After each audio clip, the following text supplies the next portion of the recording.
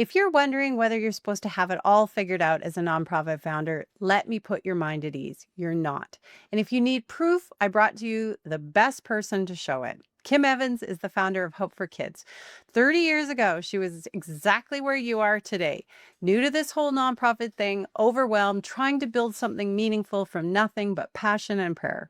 And today, after 3 decades of leading a mission that has changed countless lives, she is preparing to hand the reins over to a new executive director so her legacy can keep going. I asked him to join us because I want you to see this journey and what it really looks like. Not the glossy version people post online, but the real story, the messy one, the ones where you figured things out the moment you need them, the one where you build the plane while you're flying it, and somehow it still stays in the air.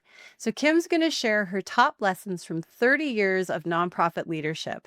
These are the things you only learn by living them. And I promise her words are going to meet you exactly where you are. And the first lesson Kim shared with me is one I feel every new founder needs to know. Challenges are not a sign you're doing it wrong. They are simply part of the work. If you feel like you're making it up as you go, that's exactly how every founder starts. And every one of us has had that moment of looking around and thinking, who's running this thing, and realizing it's me. So there's always challenges, but we started like we didn't even think about that you should have 2 counselors in a cabin. And who's gonna run activities? Like, we got there, so the counselors, the very first year, there was 1 counselor in a cabin, and we're like, "Yeah, and when the kids' activities, then you're gonna run the activities, and then you're gonna do this." And it was just so funny because we were making it up as we went along, and we had this wonderful family mentoring us. But I think the biggest challenge when we started is the steep learning curve, and we knew the problem, but we just didn't know how to do it, and there was no playbook for us. So you make it up as you go along, and then you find your people that have the passion for it and keep going, and we look back and shake our head, um, and it was wonderful at the beginning, it really was, but it was so simple and so on your feet and 24/7. Her second lesson is a big one, sticking to your mission. I could not love this one more because here's the truth. Distractions will appear as opportunities, and you'll feel that tug to chase them. Kim's reminder here is gold. Just because something is good doesn't mean it's good for you. The mission is your compass. It's so tempting to see a grant or something that's not about your mission and wanna chase it. And it's like in a conversation, "Squirrel, and I'm gonna run over here and do this," and you I know now, it's been 30 years this year. I know now that when things come our way, we have to say, "Is this part of our mission?" And it's a good reminder to me today, like, "Is this part of our mission?" Now, some things come along that teach us things. So AmeriCorps, we had AmeriCorps members for 12 years, which the government gives you money to give the participants stipends to be mentors and to work, and they had to work 300 hours, and then they got a scholarship and all that. It taught us so much, on leadership training, and then our mentor from AmeriCorps said, "You're ready to do this without us." And so we then, the very next year, developed Leadership Academy, which is a wonderful program that we have where people come for 5 weeks and begin training for leadership training. But we had to do AmeriCorps first and for them to teach us. So some things come along that are in your part of our development along the way. But then there's other things that came along that we chased that were like, "That's not, this isn't us." And it's not right, and it's taking us away from our mission instead of enhancing our mission. Next, she talked to me about something that changes everything once you understand it, and that's rocket fuel. The idea that every organization needs a dreamer and an executor, a visionary and an operator, someone who imagines what could be and someone who builds what must be. Kim says this made her whole life make sense. And if you're a founder watching this, it might do the same for you. So as we went along, we had a team, and I am a visionary at my heart, in my soul. That's who I am. I'm a terrible details person. They'll say some people are broad brush people and some people are detailed. I say, I'm not even a broad brush, I'm a roller. Like, I just, um, but we always had a team, and God always provided that they were detailed people and we worked together and counselors and this, that, and the other. A few years ago, Jameson Malcolm, who is our new president of our board, asked all of us to read, he was a board member, all of us to read Rocket Fuel, which is a book. And it talks about that every organization, every nonprofit, every for profit needs a dreamer and an executor. And it made sense of my life. Like I was like, the eyeballs, you're like, ding. So I think it's okay. It's great if you're the visionary and you see it. You just have to realize you have to have the executor operations detail person. And through my whole life, I think back to the very beginning, I was the dreamer, and there was a specific person that was the executor operations, but I didn't understand that piece, but it was there. And then I continued being the dreamer, and a new person came in that was the detail person. And as I go along, and now I'm trying to hand it off, that's my goal at this point. I'm like, okay, it's so clarifying because yes, you need the dreamer. And yes, you need the executor operations person. And then you need a team as well. But that position, I was like, wow. And it's funny, Joanne, because you mentioned going to the restaurant last night. Um, my son-in-law has just hired an operations person, and I went up to her, and I've known her for many, many years. I hugged her and I was like, understanding your role here makes sense of my life. Like, you know what I mean? Like, I was like, she goes, what are you talking about? And I shared this with her. I said, Chance is the visionary dreamer. He needs you. And that's what makes it work.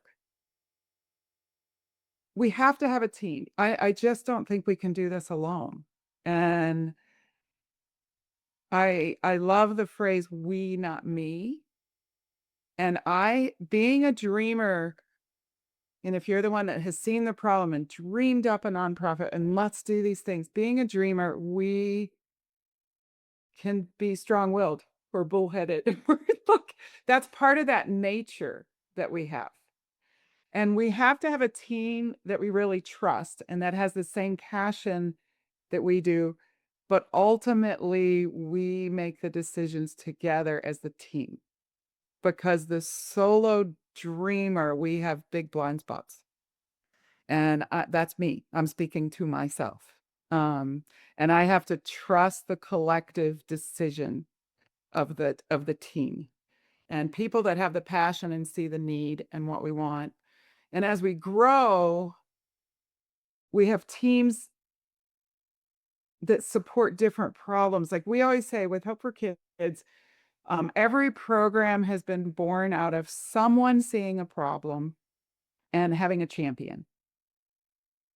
So when we saw the need of the inner city, we had to have a champion that was going to run Camp Miracles.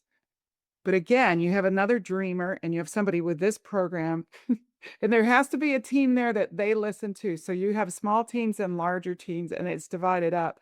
But I think especially us dreamers have to have a team in order to make wise decisions and move forward, and even not getting distracted from our mission.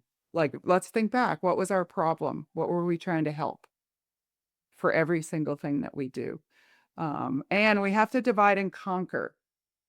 So one of the other things about the original dreamer is we can overfunction and get involved in everything instead of letting the smaller teams really take it and run with it. Kim's next lesson is one founders resist, often for far too long. You need a team, not a giant staff, not a room full of experts, a team of people who share the passion and help you see what you cannot see. Dreamers have blind spots, executors have blind spots. None of us can do this alone, no matter how much grit we think we have. What Kim says here is one that is the truest things that you will ever hear as a nonprofit founder. Kim also shared her framework that I think every founder should write on a sticky note and keep somewhere close. In fact, I have it on my own sticky note.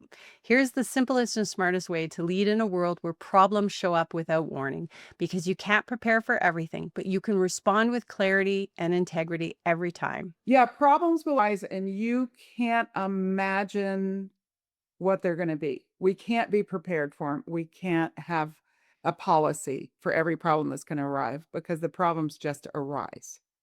And many are unjust problems, as well as you make mistake problems because we all make mistakes.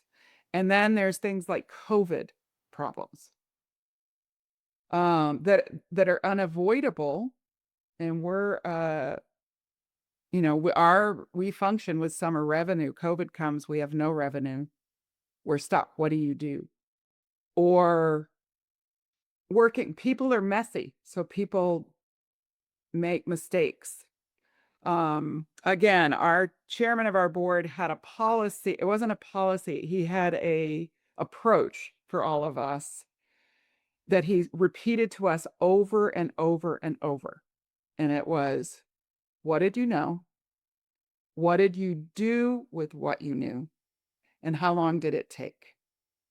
And those three questions are really key because for us, we run a camp.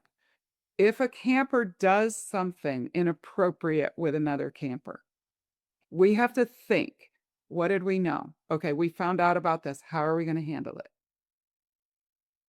And then we have to ask ourselves, what did we do with what we knew? We can't delay. Parents want to know. So we will contact the parent of the child, the parent of the child, another child that was involved, and then all of the parents in the entire cabin.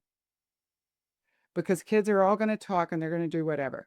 If it's something larger, we have to ask ourselves, okay, is this something that we have to tell every parent of campers that week or people that are there? Or is this something we need to send out to everybody from the whole summer? So, a huge storm comes. And what are we doing to protect them? Okay, we took the kids, we went in this, we got the weather report, we took the kids, we went into the shelter, we did we are heading into the shelter now. We let them know we're on our way. And then and you do it and you keep them up to date. Just quietly hoping something will go away is not going to go away.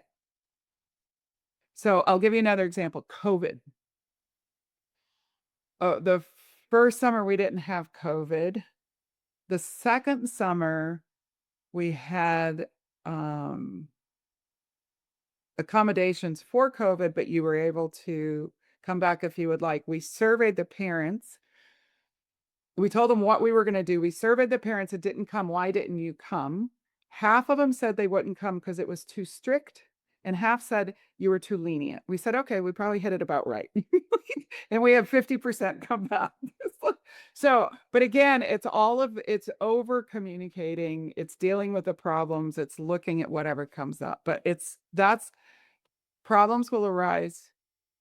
And again, the dreamers, we're not very good with it a lot of times because we're way more reactionary. I am way more reactionary. I need very detailed people that will guide me through the process. Now do this. Okay, I'll do that. That I trust, that are much more level-headed thinkers than I am. Finally, I asked him about how she feels about handing over the reins after 30 years of building her nonprofit from the ground up. And she shared another tip that really struck home with me. You don't need to arrive. You don't need to have you don't need to have all the answers. You just need to keep growing, keep listening, keep remembering why you started this work in the first place. Legacy and handing it off. So this is my dream. Um, It was interesting because my dream, I was going to be in December and have raised all sorts of money this year and be able to hand it off nice and neat and tidy. And and we're not there in any way, shape, or form. So it's like the journey goes on, and it's okay. It's an ongoing journey, and the people that are coming in. I think they've got to understand they're not handed a nice, neat package. This is what it's all about. That's the talks I had yesterday. So handing it off and legacy, um, The thing I want for myself and to hand off is in all areas, we need to be lifelong learners. We haven't arrived. We're not there. We're not running it the way that it needs to be run. We're not doing it. We're doing our phrase is every summer our goal is this is the best summer yet. It's not an insult to anybody else. We just, because we need to learn from this summer and then next summer needs to be better. And we have to put things into practice for that to happen and not have regrets. We're doing our best, and our best isn't all that great.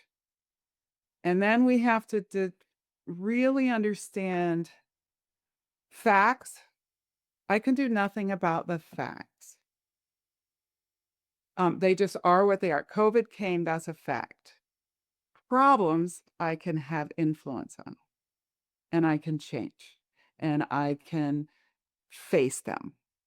And the other thing about legacy and handing it off, and this is a big statement for me, fear is a part of our rodeo, but we have to just face it and say, okay, I'm going to live by faith, not by fear. And I'm wired for fear, but I'm going to keep walking. Like, what do I believe? And again, it goes back to the very beginning. Remember why we started all this. When I look at the changed lives and I look at what people that had the faith to do similar things instilled in me, I'm like, okay, it'll keep going. It can keep going. I think it's really cool. This year, the camp that we're at, the property is 100 years old. And it was a Jewish camp before us. And when they come back and visit and different things, and they built it, and then we came in after. And I hear their stories. They had the same experiences and did so many of the same things. Um, so I have to just step back and say, okay, the people that I dream of taking it over, I really believe they're going to do greater things. I really, without a shadow of a doubt, I think they will do even greater things. Personally, I've told them I don't want to be over functioning and too big a voice, and I'm happy to step out completely. They've asked me to stay in and mentor for at least 3 years. I said I would gladly do that if they want me to do that, and I'm going to really work hard at being quick to listen and slow to speak. So I practice with adult children, so that's what I'm trying to do. So, but I want to volunteer and help and see them do greater things. Um, and be okay. All the things we talked about, they need to stick to their mission. They need to understand who are the dreamers and who are the executors, like that, which place do we fall? They need to just understand they're going to face problems. They're going to face problems and big problems, and it's okay. Um, and in all things, absolutely all the time in every situation, none of us can be alone. We all are working together with a team, and they're wonderful. Um, but it's fun and it's scary and it's been great, and it's been so great working with you, Joanne, and it's not over, which I'm really excited.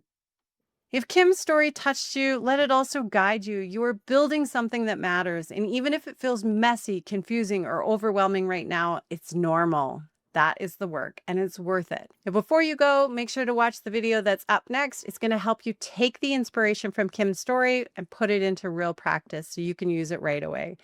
Thank you so much for watching. Make sure that you're subscribed, drop a comment, like, and I'll see you next week.